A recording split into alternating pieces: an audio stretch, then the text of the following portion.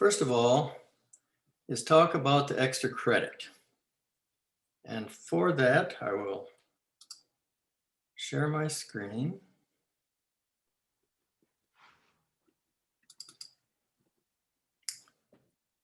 Now you should be able to see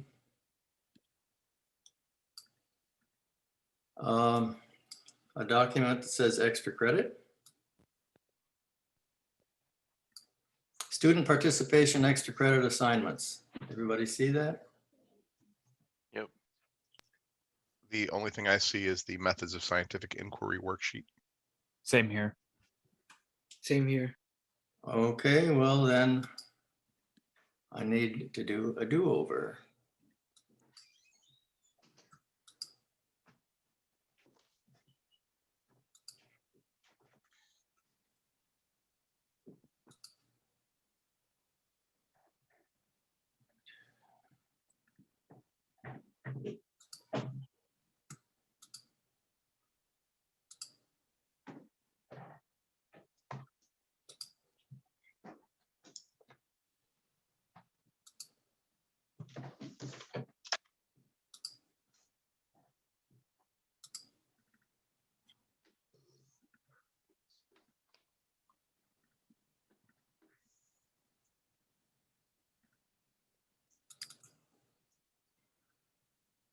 Now do you see student participation? Yes. Yes. Okay, you should all have received this as an announcement in Canvas, but I'd like to go over it. This is an acknowledgement that learning online is difficult. Teaching online is difficult. And yet we're stuck with it. And we'll have to do it for the entire semester. And what Scott and I have discussed is how to make learning easier, more interesting, even fun. And one thing is student participation, discussions, interactions with me, interactions with each other. So to promote that, we've decided to assign extra credit if you participate, and hopefully all of you will. So you will get extra credit for participating in class. You'll also get extra credit if you participate in workshops. If you go to the bottom of that page where it says class attendance and workshop attendance, you'll get 2 points for participating at least once in any given class. And so since there are 2 class periods per week, that would give you 4 points of extra credit per week, times 15 weeks is 60 extra points per semester. As for Scott's workshops, you get 2 points for attending at least 1 workshop each week. You can attend more, but 2 points for attending each, at least 1, times 15 weeks is 30 points. If you add those together, 60 plus 30, you have 90 extra credit points per semester.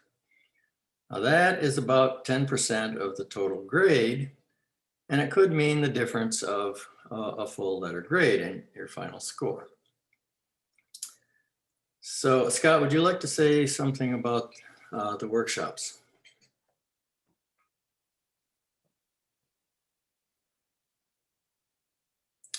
Scott, you're muted. So pretty much the same thing we put out before, that workshops are there to, help you. This is your chance to ask questions or go over the material again, or we can go over the lecture again.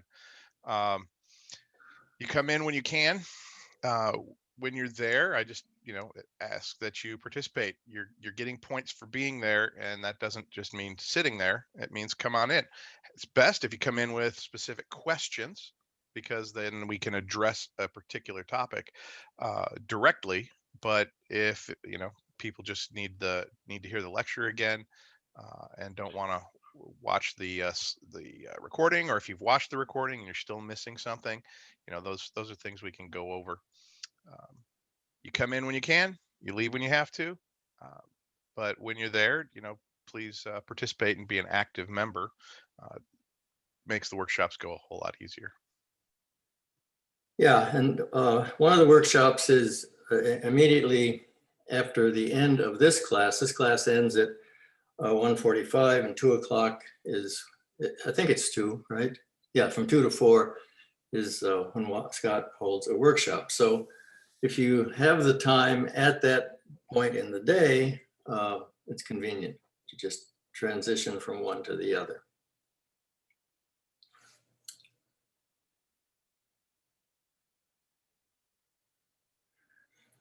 Any questions or comments? I should say that in order to be able to assign you credits, when you speak up, I need to have your last name, because it's your last name that I have on the rosters, and some of you have the same first name. So I need you to tell me your last name and then make your contribution.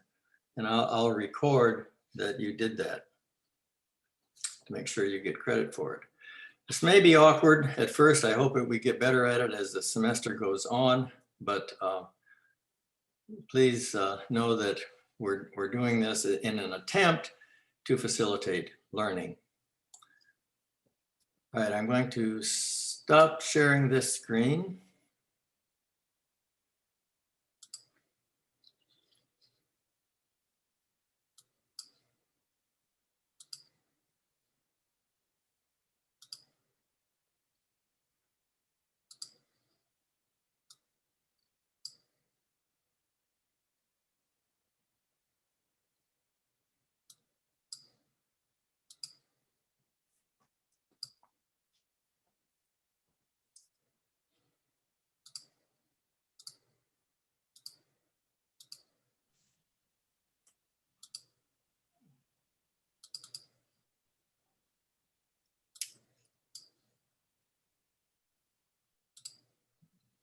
Now you see methods of scientific inquiry, right?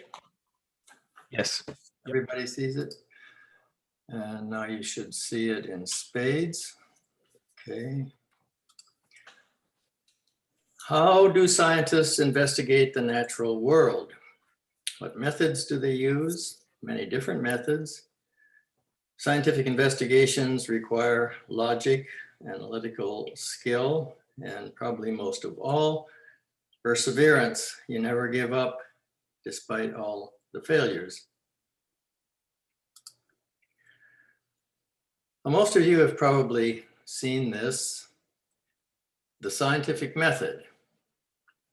And it's usually presented as a simple straight line sequence of steps. Starting with, you make an observation. Based on that observation, you propose a hypothesis. Then you devise experiments to test your hypothesis. And if the experiments support the hypothesis, you do them over and over until you're convinced they're true, at which point your hypothesis becomes a theory. If the experiments don't support the hypothesis, then there's something wrong either with the experiments or with the hypothesis, and so you make changes and adjustments until the results fit a hypothesis that you've come up with.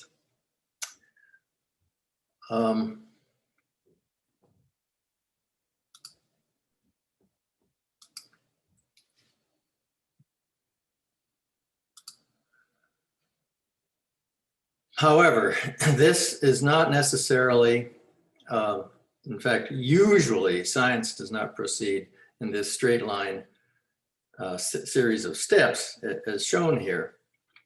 So for example, there's such a thing as called curiosity-driven research.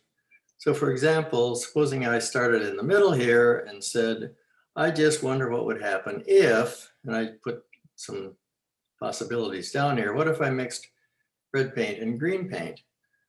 That's not an observation because I haven't done it. So I sort of start in the middle. What if I put vitamin pills in my geraniums or poured sand in my gearbox? Any of those things I could propose and start an investigation, and it wouldn't necessarily be according to the steps shown here.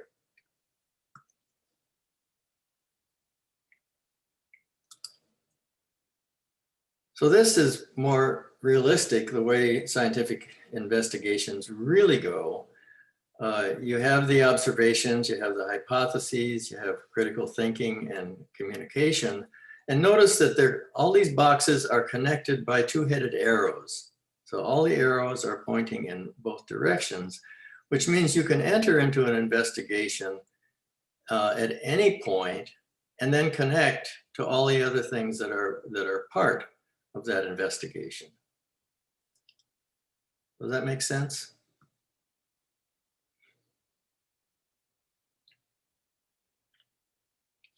Yeah. Okay. All right. Is there a single scientific method?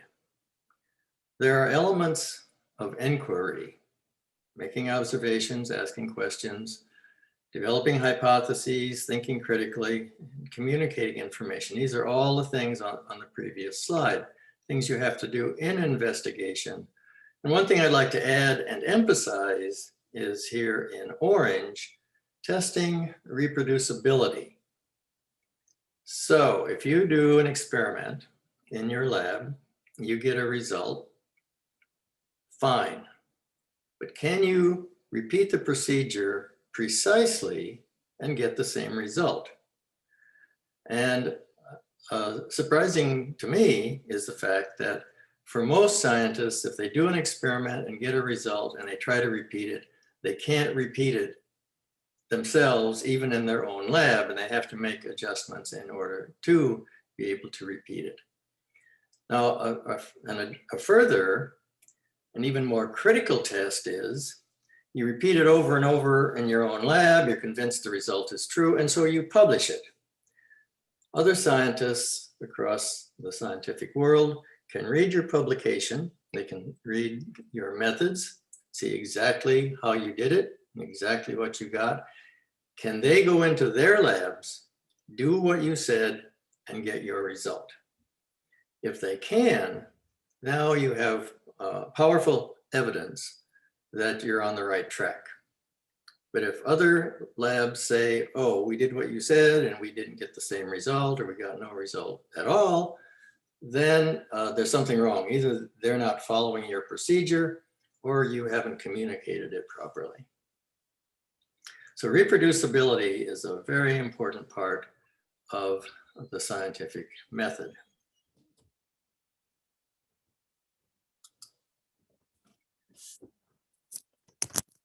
So here is an everyday example of observation and hypothesis testing. So you observe, you get up in the morning, flip the switch, and the light is out. So you have some hypotheses. So it's good to have several. One possibility is the bulb is burned out, or the power is out for your entire house, or maybe it's just the breaker is tripped. So you can test each of these hypotheses, replace the bulb, or check to see if anything else is working, or go to the circuit box. And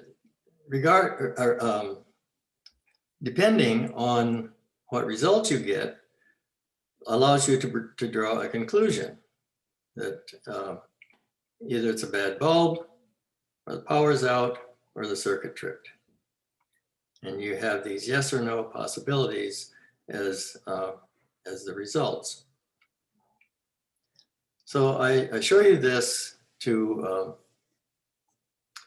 illustrate the process. This is the simple straight line process of the scientific method. And the point is that most of us do this, or some aspect of this, every day, and sometimes several times in a day.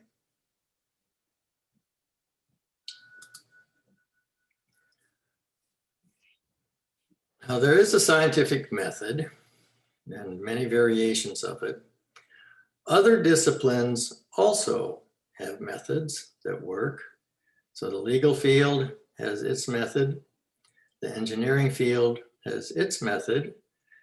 And this just shows you some of the similarities and differences between a so-called scientific experimental method and an engineering method.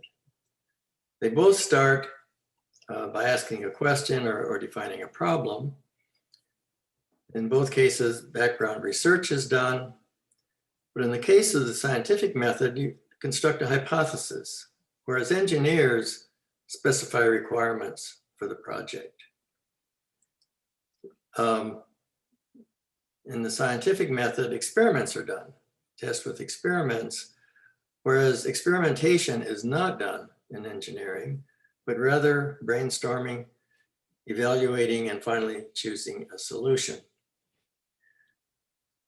Much of the remainder is the same in both cases. And in both cases, at the end, when you're confident of your results, you communicate them some way. And we'll talk a little bit more about communication later.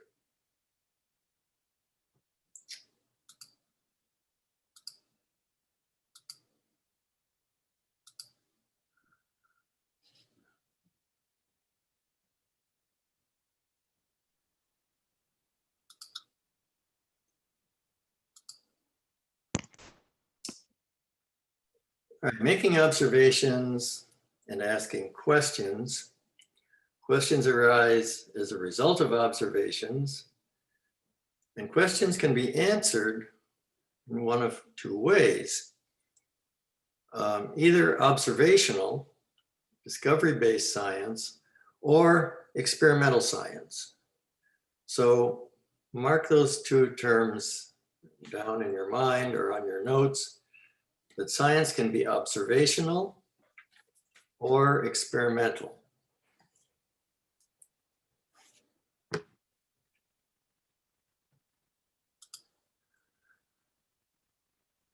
A hypothesis is a tentative explanation or answer to a question. So when we have a hypothesis, we can approach it either experimentally or observationally. Experimental science is controlled hypothesis testing. What do we mean by a control? Control is a constant. Throughout the experiment, it does not change. A couple of examples. In agriculture, you could look at the effect of fertilizer. What would the constant be? If you're looking at the effect of fertilizer, what would the control be in Not such fertilizing plants and say your name, that please. has an effect. Name, please. Sorry, Zach Last name. Newschuler.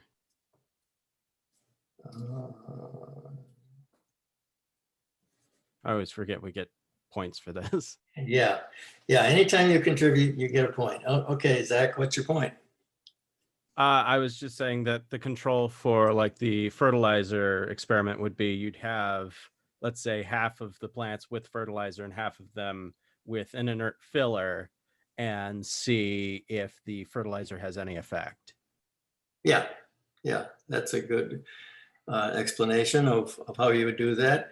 In the case of medicine, the effect of a drug. Can anybody think of an example or think of how you would do that in the case of medicine? Using a Terrence. sugar pill. Say Or your name. Terrence Belpress speaking. I don't know who said sugar pill, but in the case of like when you're testing medicine, you would have like 3 groups. Like, of course, you have, of course, the control group, which is one sort of those who don't take the medicine.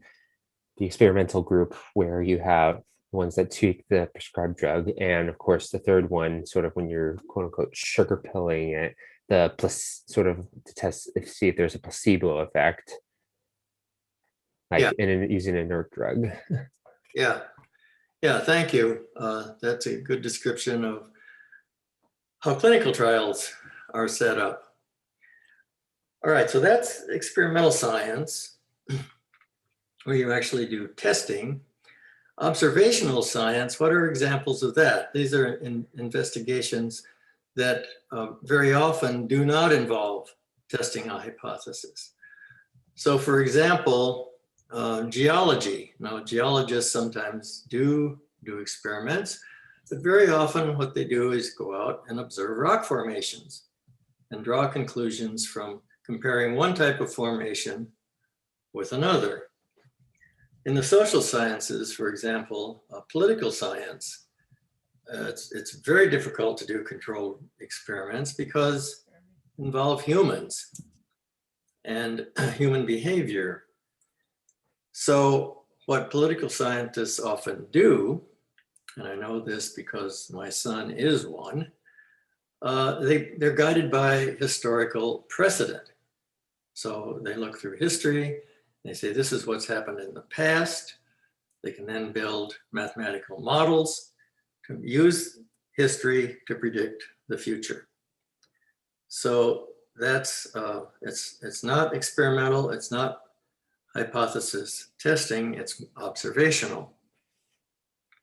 This is Terrence Belper speaking again. Wanted to ask a question. In things like where discoveries are made accidentally, such as, for instance, the accidental discovery of stainless steel or even gunpowder, would that be classified initially maybe as an observational science, or because a lot of things are discovered by accident every day? Like, Yeah. Would Yes. this apply to penicillin? Pardon? Would this also apply to penicillin? Your name, please? Jeremy Mascarenhas. Okay. Which would apply to penicillin? The observational science, like Terrence was just referring to. Okay, describe it. Discovering the mold in the bacteria accidentally through the growth of the bacteria for a different experiment. Yeah, I would agree. That's observational. For those of you who aren't familiar with the discovery of penicillin, could you elaborate a bit more on that? So I don't remember who discovered it, but a scientist. Fleming. Thank you. He was growing cultures of bacteria in an incubator and discovered one dish had some mold in the middle, and the bacteria was distanced from the mold. The mold killed the bacteria in the middle. So he realized that the mold may help kill bad bacteria that could cause sicknesses. Yeah, and then he proceeded to isolate penicillin, to make a long story short, from that mold, and that's how we got the antibiotic. The interesting thing about this is that Alexander Fleming wasn't the only person that made this observation. Many hundreds, thousands of bacteriologists have been very annoyed to pick up their plate and see a fungus growing in it. And all the people previous to Fleming just discarded those plates, said, oh, I got contamination.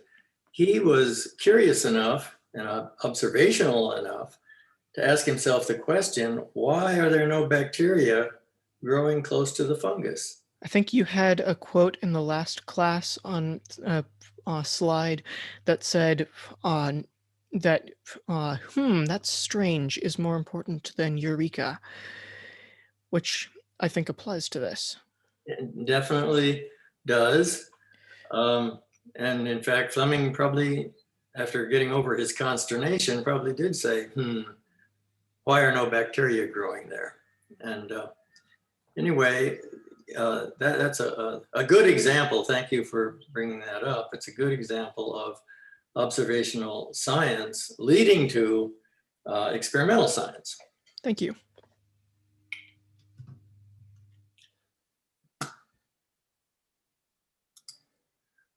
Okay, speaking of this topic, what is this? Esteban Monzon speaking. Would Unzone. that be like the the two control groups? So one without fertilizer and one with fertilizer?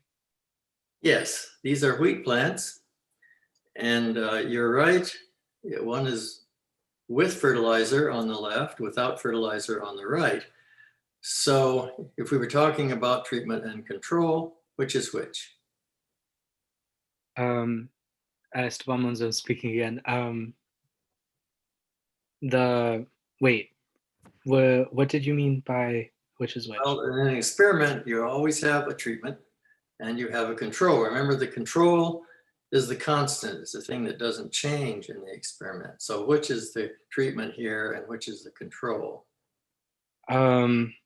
The one without fertilizer would be the control, and then the one with fertilizer. The one on the right. Mhm. Yes, that is the control here. Okay, I just happened to run across this picture and thought that it illustrated the point quite nicely.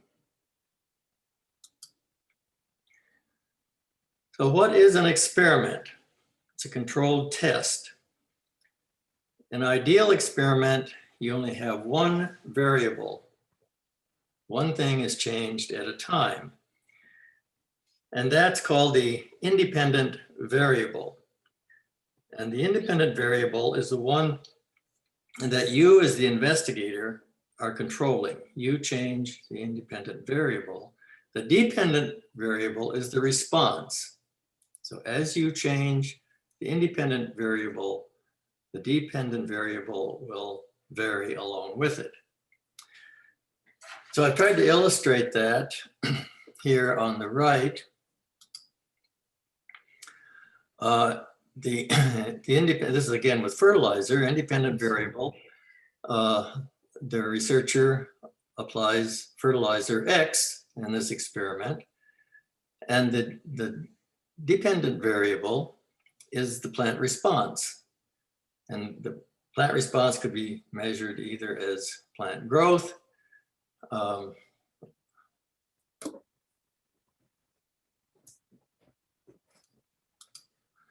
the number of leaves in the plant, number of fruits, any parameter by which you can measure a plant response.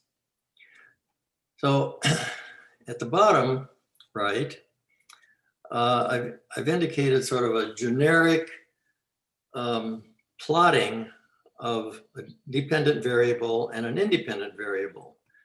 In most plots, the independent variable will be on the x-axis and the dependent variable on the y-axis. So with the example that we have here, the independent variable is the amount of fertilizer. So that starts at 0 and then increases to the right, amount of fertilizer. The dependent variable is the response of plants by virtue of their growth. So it starts at the bottom with no growth and then extends upward along the y-axis. Now it's very important that you know what a graph is, how to read a graph, how to make a graph. We'll do some of that later in the semester, but someone who hasn't spoken yet, tell me about the orange line. If you go to the lower left at the beginning of the orange line, what is that showing?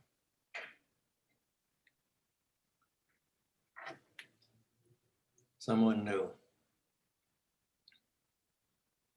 Hi, Caesar speaking here. The amount of plant growth that is growing or increasing, the amount of fertilizer is decreasing along the way. You say your name is Cesar Cobain. Caesar Kobian. Okay. I'll say that again. What you just When the plant growth like caps or like stops increasing, the amount of fertilizer stops or decreases. Okay. Can you see my cursor? My cursor on the screen. Yeah. This area here, what is that showing? The increase of the plant growth and the amount of fertilizer that is increasing. But this on the x-axis, this has a low value. On the y-axis, it also has a low value. So, Yeah, so what does that mean? it means it's just low for both of the amount of fertilizer and the plant growth. All right, then, and as you increase, as you go along the x-axis, and the orange line is going up, what's that showing?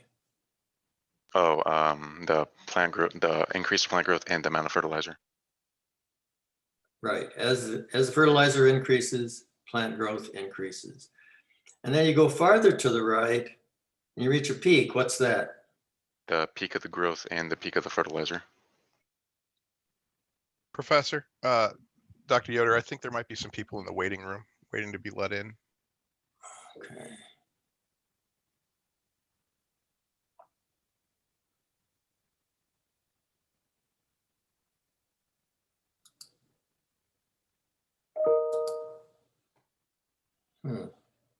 I can't see the waiting room.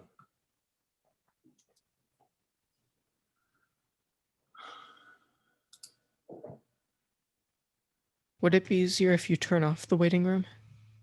Unfortunately, because of Zoom being Zoom, unless he sets up a password for the meetings, it's gonna force the waiting rooms. I was able to do it with the ConferZoom. I can set up a no meeting room, no password. It just gives me a bunch of warnings about that's a bad idea. Yeah, Yeah, I'm not using ConferZoom. I'm trying to get it. So far it hasn't come. But when That I may do, may change though. When you get it, you may have that option. my yeah, political science teacher has it set up so there's no waiting room and no password. well, that's what I'd like to do. That's the way I had it set up last semester. And it worked fine. This semester, I haven't been able to do that. And I There's don't also know. multiple variables, multiple varieties of Zoom, and some will let you do things that others won't. Hello, John Bowie here. And I just wanted to say that for most of the settings on Zoom, including the meetings and stuff, I was able to modify everything using just the website and not really the client. So a lot of the waiting room stuff is on the website. Okay. Well, I will try again, but as I said, I'm waiting for a new version of Zoom, which maybe will allow me to solve the problem. I can work with you offline on it, Dr. Yoder. Yeah, okay. Scott, can you see, is anybody else that needs to be admitted? I've admitted a few more. No, I was notified. Okay. All right, so getting back to this graph, after we get past this peak, what's happening? Dylan Strangman here. I think the extensive amount of fertilizer being used it's kind of reached its peak, so it's not affecting the plant growth anymore. It is affecting it. What's happening? Or to the extent, maybe. So as the orange line starts pointing down toward the x-axis, what does that mean? This is Amelie Avina. I would say that after that peak, after the optimal amount of fertilizer, then the excess fertilizer is decreasing plant growth, so hurting the plant in some way. Yeah, that's what it means. It's you're killing the plant, putting too much fertilizer on. So I want you to pay special attention to the different portions of that orange line and think about what each section of the line is telling you something. And you've collectively done a good job of describing without enough fertilizer, there's little plant growth. As you increase fertilizer, plant growth increases to an optimum, a peak. And if you add too much fertilizer, the plants die.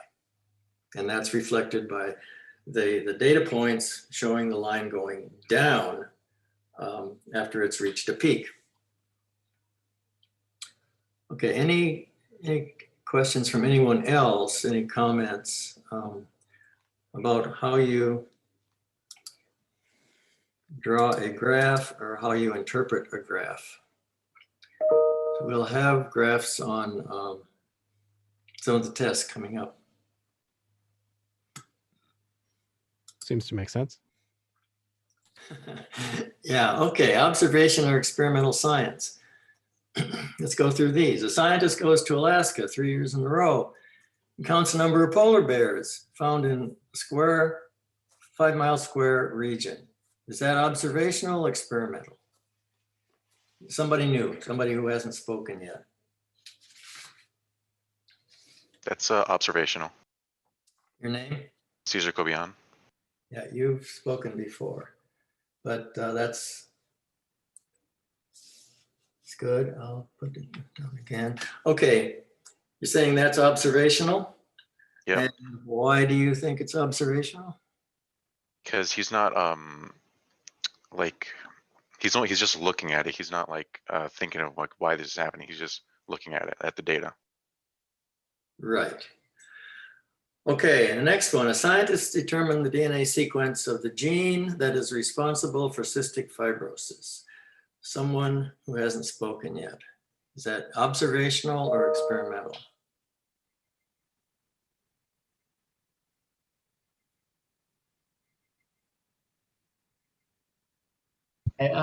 Brian Yee here. I think it's experimental because just based off of the verb determine requires some thought of how to figure out which sequence of the gene is responsible for cystic fibrosis. Okay, anybody else have a different view of that? This is Amelie Avinia. I would say it's observational because you're not manipulating any variable in any way. You're just finding the sequence. Okay, we have two different points of view. Anyone else?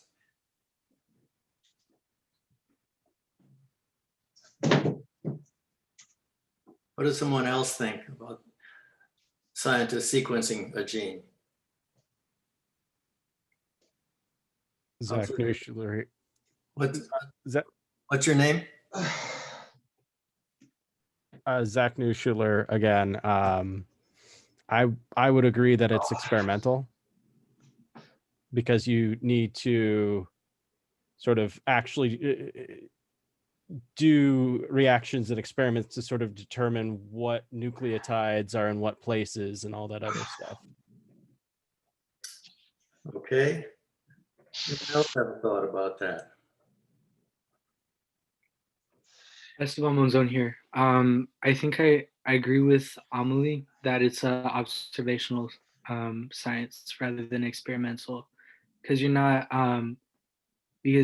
separating the two things into a control and or your independent and your dependent variables. It's just one thing and you're just observing. I think I agree with that too. What's your name? Who just spoke?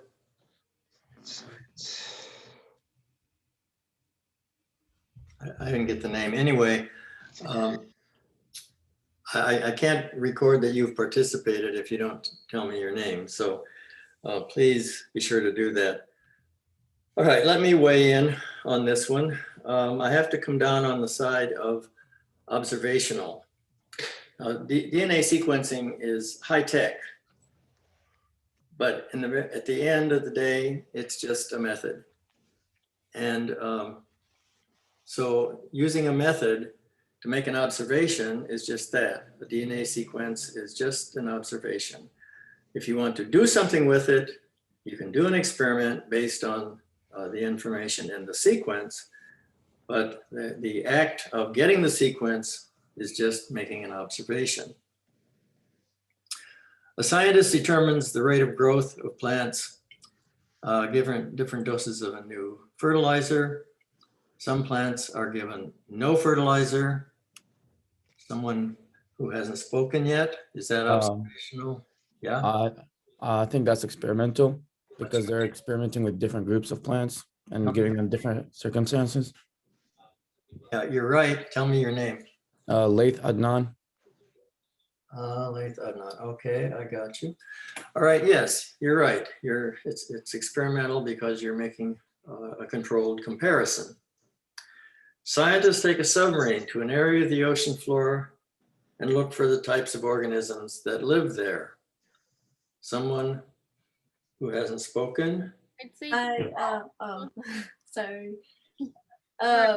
What's your name? Lisha Sorte Science. I'd say it's observational because they're not really testing anything. They're more just observing the area. Anyone disagree with that? That's good because that's right. They're just making an observation, looking for the organisms. They're not doing any manipulation, no comparisons. Scientists test the growth rate of a newly discovered bacterium on different types of food sources. Ariana here. That would be experimental because they're testing. Yes. They're testing the growth rate.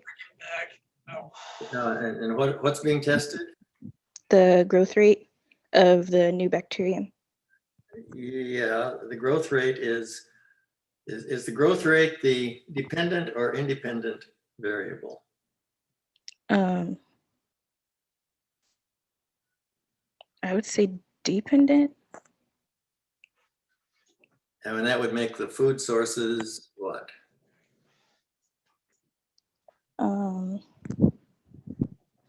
Independent. I was trying to see if I switched them. Yeah, well, you're right. So what's being varied here and controlled by the experimenter is the food sources, different types of food sources. And as it changes from one type to another, it measures the growth of the bacteria. So the bacteria are responding to the different food sources. I have a quick question. It's Lisha. So would the dependent variable be the result of the experiment? Say that again. Would the dependent variable be like the result? Yes. Okay. Yeah. Let's just go back to that. Back to here.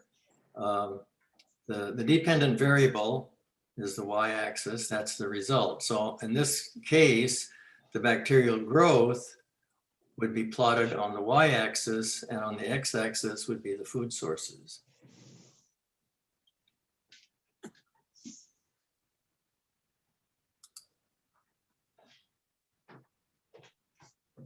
Okay, any other questions or comments about any of these situations? Okay. Proposing a hypothesis. Hypothesis is a possible answer or tentative explanation for what you have observed. It's different from a theory. A theory is a broad, general set of principles that explains or makes predictions. And a critical part of a theory is its ability to make predictions. Hypotheses reflect past experience with similar questions. Multiple hypotheses should be proposed whenever possible. And critically, a hypothesis must be testable. It must be falsifiable. That means it must be possible to prove it's not true. In biology, any proposition can be proven false, but it cannot be proven true. That's not the case in all fields. For example, in math, it is possible to prove a theorem. But in biology, you can never prove something, you can only disprove it.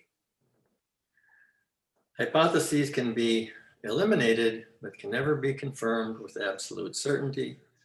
There is no absolute truth. Any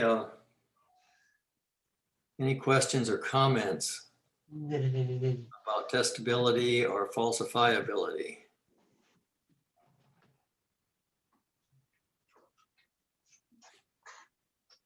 Okay, then we'll go on.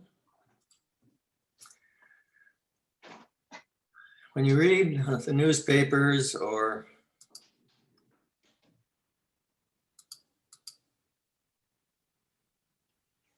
get into social media, there are lots of different sources of both science and pseudoscience. And this little table contrasts some of the differences between science and pseudoscience. Science can be changed with new evidence. Pseudoscience doesn't change. Ideas are fixed and they're not modified. Science considers all the data. Pseudoscience focuses on only the data that support a preconceived conclusion. Science starts with an observation and ends with a conclusion. Pseudoscience is the opposite. It starts with a conclusion and then looks for evidence to support it. Science results are either repeatable or not. But if it's accurate, if the hypothesis is correct, then the results are repeatable. Whereas in pseudoscience, you don't try to repeat it. Science invites criticism, pseudoscience resists it. Science is driven by the desire to understand, whereas pseudoscience is driven by cultural, commercial, or ideological goals. I'm sure that everyone in the class can relate to the input, the scientific input, and the pseudoscientific input that we all get every day. Any comments or questions about this? Makes sense. Okay.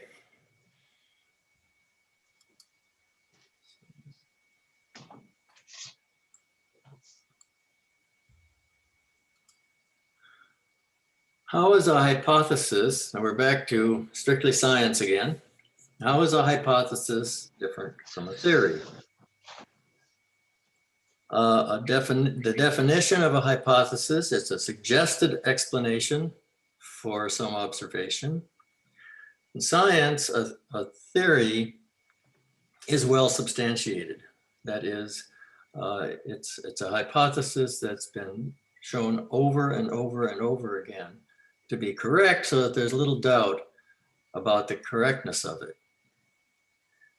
Hypothesis is based on a suggestion. A theory is based on evidence and verification of that evidence. In other words, the reproducibility of results will lead to the establishment of a theory. Both of them are testable. They're both falsifiable.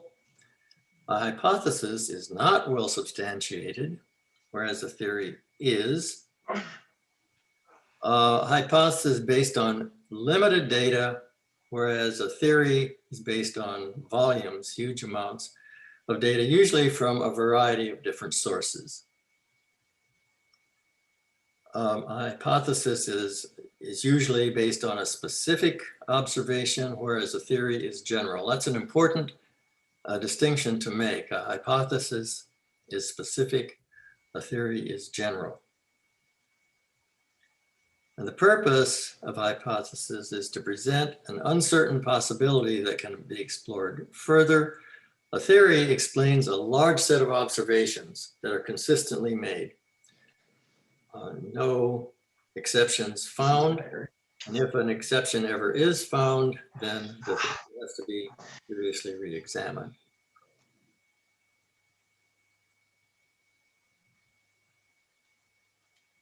Questions or comments about that?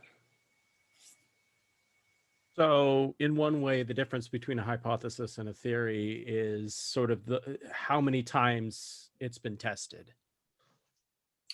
Yeah, that's one way to put it. how many times it's been tested with the same result.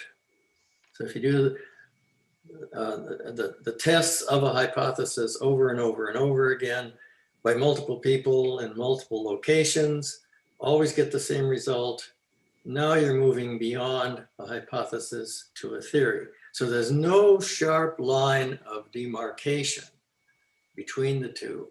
But as your confidence in the results increase based on additional testing and more testing and more testing, as your confidence increases, you're more inclined to call it a theory.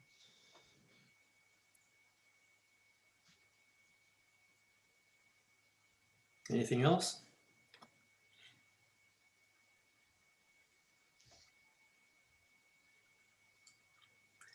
I have a question. Uh-huh. It's Marissa.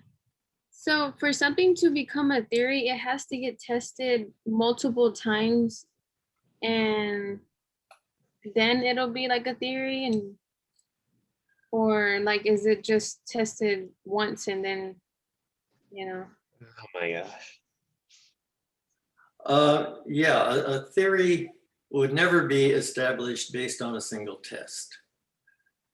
Or a single test of a hypothesis. So you have a hypothesis and a single test helps you to draw a conclusion about that hypothesis, but that conclusion is tentative, based pending additional two things. One, repeats of the same test, and the other is devising additional types of tests to address the same issue. And after repeated investigation from various different perspectives by multiple people and multiple locations, then you start establishing that whenever we test this hypothesis, we always get the same result. That's when it can become a theory. Oh, okay, okay.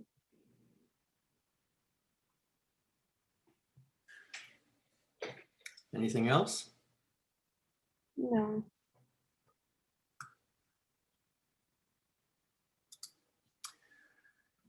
Uses of the term theory.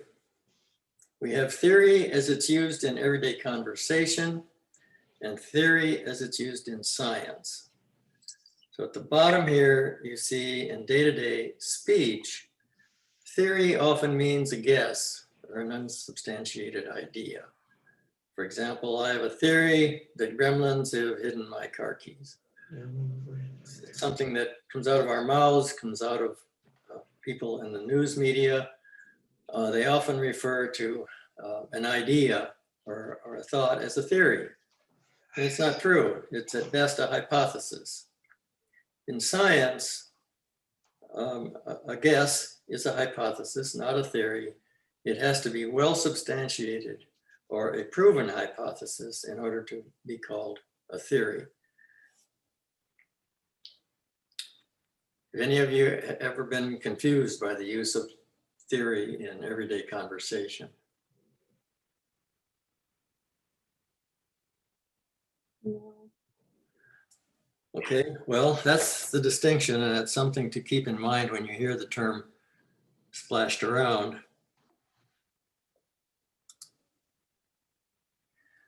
Thinking critically. Identification and articulation of problems, gathering relevant information. Once you've gathered the information, the organization and analysis of it. I want to make another point about graphs. Graphic presentation of data is extremely important because it helps us understand what the data mean. So what I have here is a table of numbers. I also have a graph. Looking at that table, can anyone see a pattern or draw any conclusion from that array of numbers?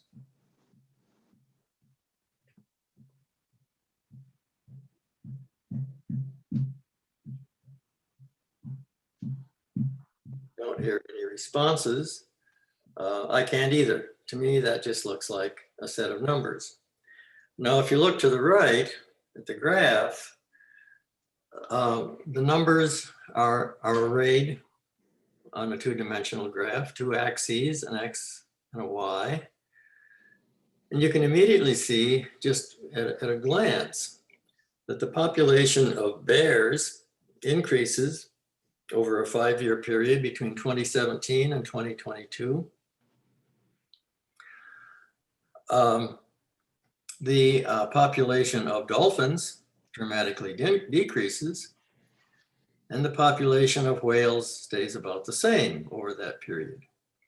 So in just a matter of a few seconds, you derive a lot of information from a set of numbers. If you graph it, if you put it in a table, it's either impossible or very difficult to get the same number, the same amount of information. I'm good. Are you working tonight? No. Would you like to make dinner tonight? Parents, could you mute yourself, please? Yeah, like a stuffed chili pepper. Could you mute? Sounds good. Yeah, Tex-Mex thing. Sounds good. Ugh. Just get my body to. Terrence, have to you need to mute your microphone. Terrence Belprez.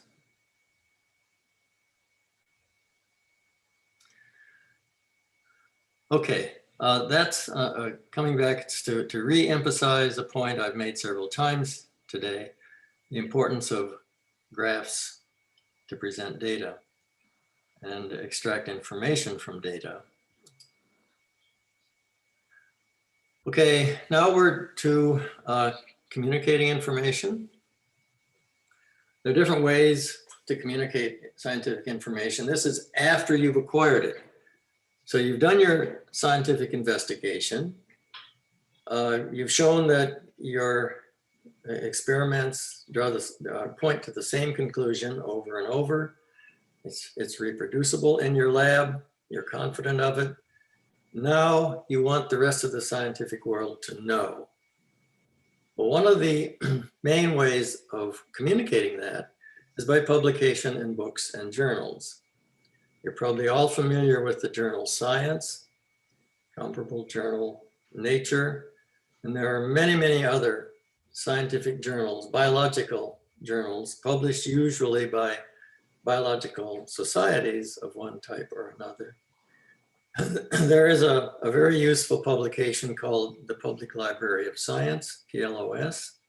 A lot of very good science is published in that journal. It's actually a whole series of journals.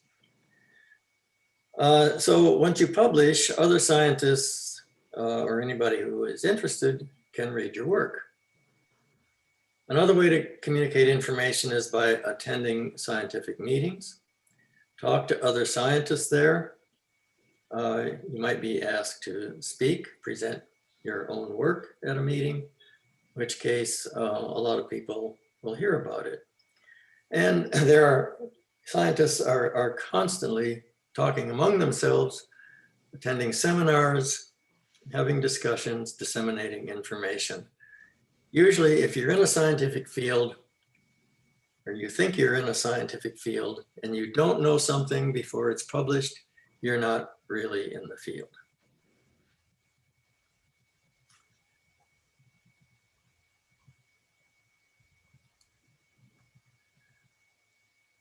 Okay, I actually, since I'm asking you to take 10 minutes out of your day for a quiz, I need to shorten the lecture by 10 minutes, which means our time is almost up.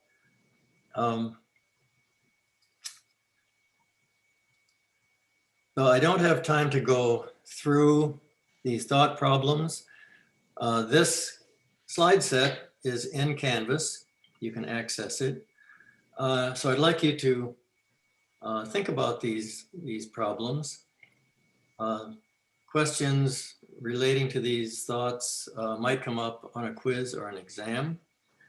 And also I have not been able, I don't have enough time to go over the worksheet based on methods of scientific inquiry in which most of you have done and some of you have submitted or tried to submit. So we'll do that first thing on next Monday, go over that worksheet. And there's another worksheet on introductory to biology, which is also due next Monday. And if we have time, we'll go over that worksheet as well. So I'm going to close my remarks. And Scott, is there anything you'd like to say about the workshop coming up? No, sir. Hope to see people there. I have a question. Yeah. For the do you want to study or learn, is that like a homework assignment or just something we have to read? That's something for your edification. It gives you some ideas on how to study most efficiently and derive the most information. If you're going to spend the time studying, you might as well get a maximum amount of information out of it. So it's just for your use. You don't have to turn it in.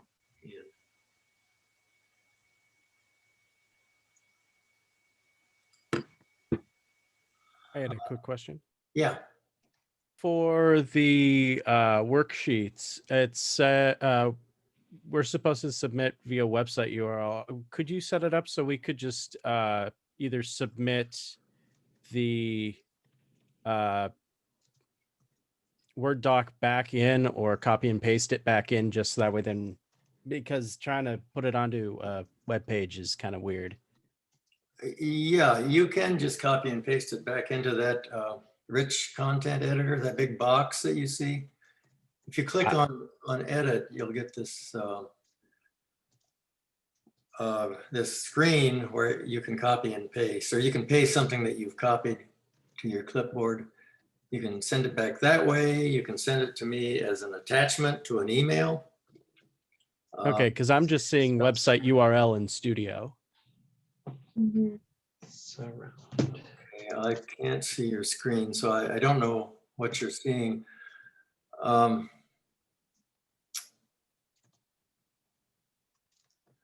Yeah, I don't know what to say about that. I can say when you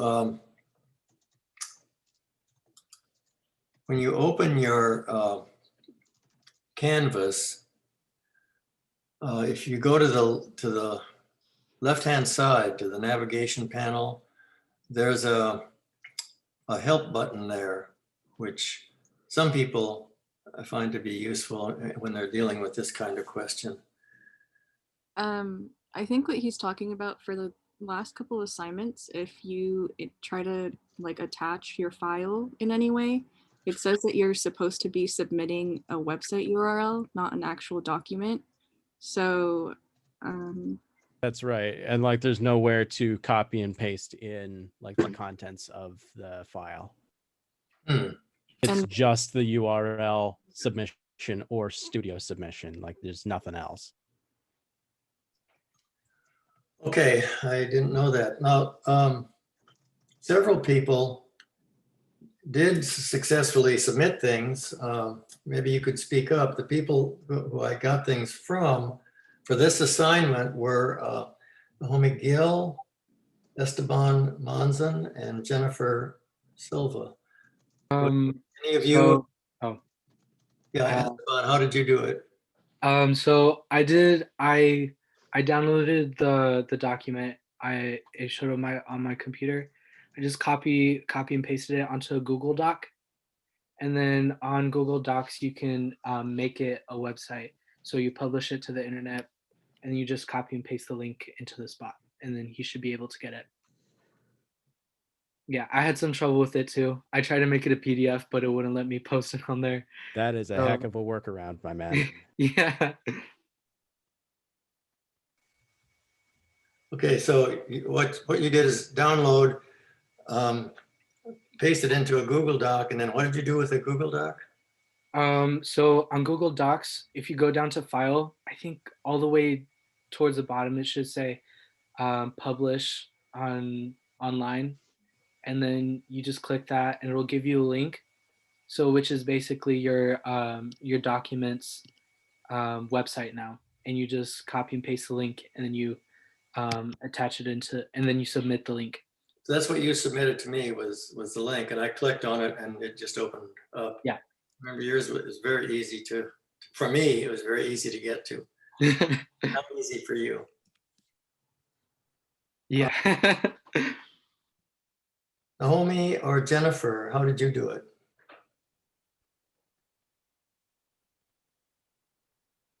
Maybe they're not here anymore. Maybe no mic. But yeah, just having it be set up to allow file submissions would make this a lot easier. Yeah, it should be easy. And I'm sorry it isn't. I'll try to figure out how to assign it in a different way so that it's easy to respond. All right.